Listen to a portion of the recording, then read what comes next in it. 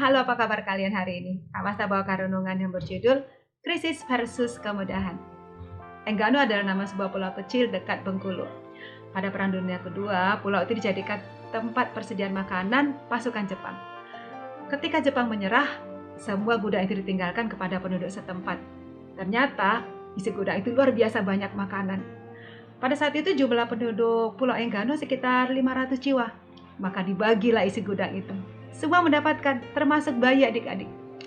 Dengan persediaan makanan yang begitu banyak, penduduk tidak lagi merasa perlu bekerja, bersawah dan berkebun. Tiap hari mereka hanya bersantai-santai. 2 tahun kemudian, persediaan makanan itu mulai habis.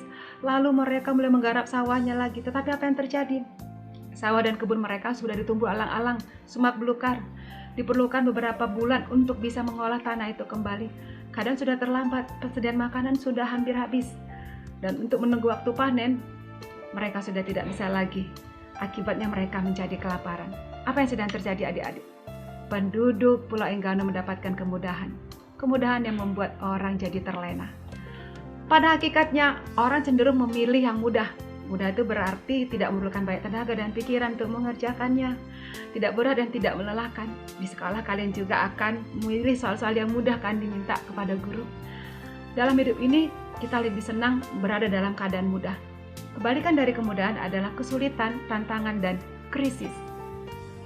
Memang kemudahan itu terasa menyenangkan. Kemudahan seperti terasa berkat. Namun dalam jangka panjang, apakah kemudahan itu berkat atau bencana? Allah mewujudkan dirinya dalam mewujudkan perbuatannya melalui sosok Kristus. Hidup Yesus merupakan petunjuk cara Allah mendidik. Sebab itu hidup Yesus bukan berisi kemudahan, tetapi krisis adik-adik. Yesus memilih jalan tidak mudah, melainkan jalan yang penuh dengan penderitaan. Tetapi justru karena Yesus menempuh jalan itu dan setia sampai akhir, maka dia menjadi simbol kemenangan atas penderitaan. Kemudahan bisa membuat orang jadi malas. Sedangkan tantangan dan kesulitan membuat orang menjadi tangkas. Namun kalau kita boleh memilih, ya kita lebih senang dalam kemudahan. Sebab kemudahan itu enak, sedangkan kesulitan itu terasa kejam dan menyakitkan.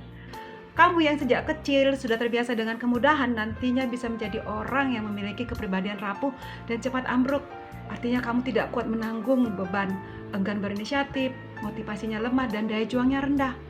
Maka demi cinta kepada umatnya, Allah tidak memberikan kemudahan. Allah membawa kita berjalan menuju kesulitan dan krisis. Oleh sebab itu, kesulitan dan krisis jangan dianggap sebagai hukuman Allah, melainkan sebagai didikan Allah. Ibrani 12 ayat 10. Allah menghajar kita untuk kebaikan kita. Dalam hidup Yesus tidak ada kemudahan, yang ada malah penderitaan. Dia bangkit dari penderitaan itu sebagai pemenang. 2 Korintus 2:14, Rasul Paulus menyaksikan, syukur bagi Allah yang dalam Kristus selalu membawa damai di jalan kemenangannya. Demikian renungan Kak Masta. Kita berdoa. Terima kasih Tuhan Yesus, Engkau akan membawa kami selalu dalam jalan-Mu yang penuh dengan kemenangan, sekalipun dalam kesulitan. Amin. Yesus memberkati. Shalom.